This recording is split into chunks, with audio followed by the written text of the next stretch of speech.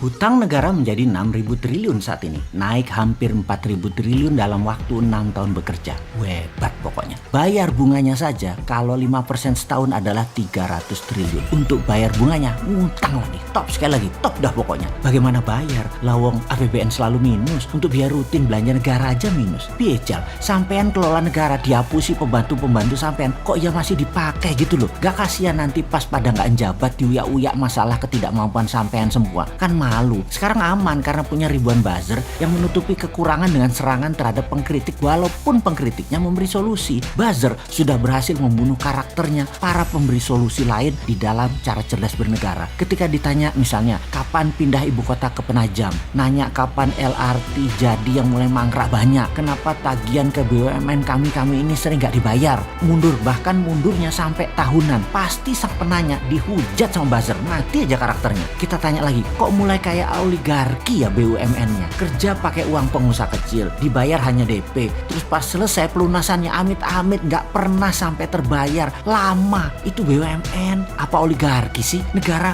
ngutang terus lagi solusinya saat ini di dalam APBN. Lalu supaya gak ngutang, mulai ada wakaf tunai berbungkus syariah, dan yang jadi pengurus syariah adalah mereka yang dekat istana yang akan digadang jualan dirinya untuk bisa jadi presiden di 2024. Yang tujuannya adalah siapapun pejabat saat ini nantinya di tahun 2024 ketika nggak ngejabat, di mana temennya nanti yang menjabat, mendaratnya supaya mulus atau soft landing. Jadi ketika tidak menjabat nanti hidup mereka enak, supaya kegagalan masa lalu di cover sama pejabat nanti yang memang orangnya mereka juga. Jadi sudah harus didesain walaupun masih 4 tahun lagi siapa nanti calon pengganti mereka. Seru ya. Dan mulailah dengan menggunakan pencitraan wakaf tunai dan syariah dan pengurus-pengurus, yaitu lihat yang digadang saat ini adalah yang selalu dapat pekerjaan berlapis-lapis agar terlihat berprestasi dengan berbagai fasilitas. Dalam hal wakaf tunai, ekonomi syariah, nama Erik, Sri Mulyani, Puan dimainkan. Lalu nama pejabat seperti Erlangga dan beberapa pemain lain adalah mereka yang akan digadang-gadang di 2024. Ini semua dikaryakan.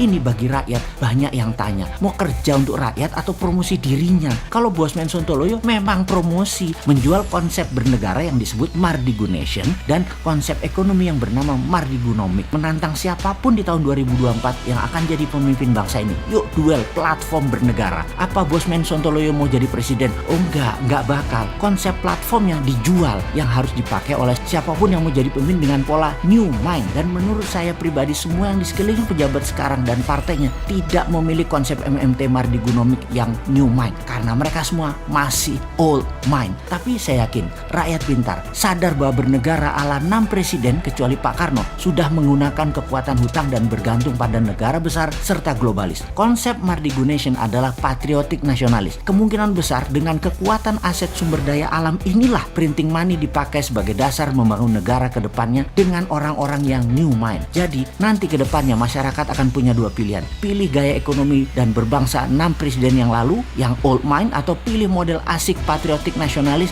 yang menjadi platform Bung Karno namun versi new mind. Tahun 2024 adalah tahun digital politik. Kuatlah kalau lewat udara Mardigunation ini. Masih 3 tahun lagi melawan pejabat sekarang, siapa yang bisa menang dalam kenyataannya. Mardigunation memprediksi ekonomi syariah, wakaf tunai, BUMNisasi, SWF versi ngutang yang sekarang digarap tidak akan membuat ekonomi terbang, bahkan tidak akan membuat Indonesia menjadi berdaulat. Bukan pesimis, bukan ngeledek, tapi karena orangnya ya dia lagi, otaknya all mind dan grand plan-nya tidak membumi. Wah, salam dah.